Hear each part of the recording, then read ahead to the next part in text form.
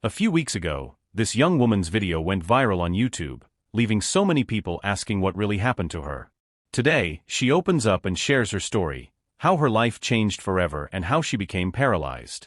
Now, she depends completely on the love and care of her dad, mom, and sisters for even the simplest daily tasks. Her journey is heartbreaking, yet deeply inspiring, showing the true strength of family and the power of resilience in the face of unimaginable challenges. So I get asked this question a lot, and I never have really made a video kind of explaining what happened to me and how I'm paralyzed now, so I thought that I would make one. I was on a date. I live in Utah, and I was 16. It was the end of my sophomore year in high school, almost 3 years ago, but me and my friends decided to go to the dunes, razoring. So we took a razor out there, we had a fire and stuff. We got back in the razor and I didn't put my seatbelt on to go back to the car. And we ended up rolling. There was a big hill, it was super dark outside. Quite a few times down this hill, and because I didn't have my seatbelt on, I hit my head on the ceiling, which made me break my neck. Fourth bone down from my neck. So I was instantly paralyzed. My body was tingling. I knew I couldn't move anything. It took them a while to get to me, but luckily we had crashed right next to people that knew what to do. So we waited for the life flight and I got rolled in, and they had told my parents that I had to go into emergency surgery because how bad my break was. They had told my parents I was paralyzed from the neck down and I would most likely never get any movement again. So when I had woken up from surgery, I had no function, a little turn of my wrist. I didn't accept that, nobody does. It's really hard when you get paralyzed and you wake up.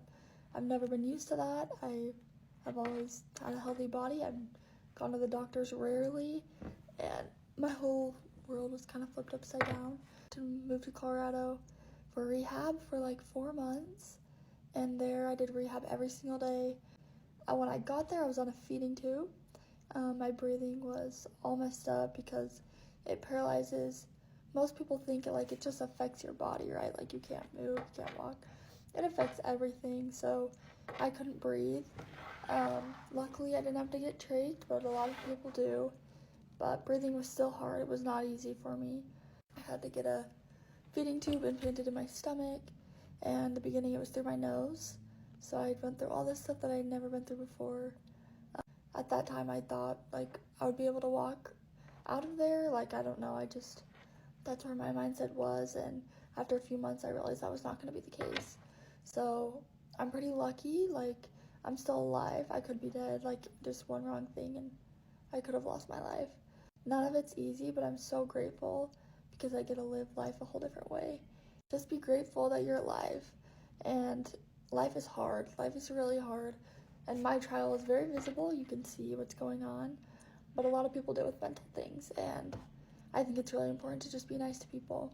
Now I can push a manual chair for a little. Sometimes, if I go on long walks or something, I'll get in my power chair. I have my arms, but I don't have hands.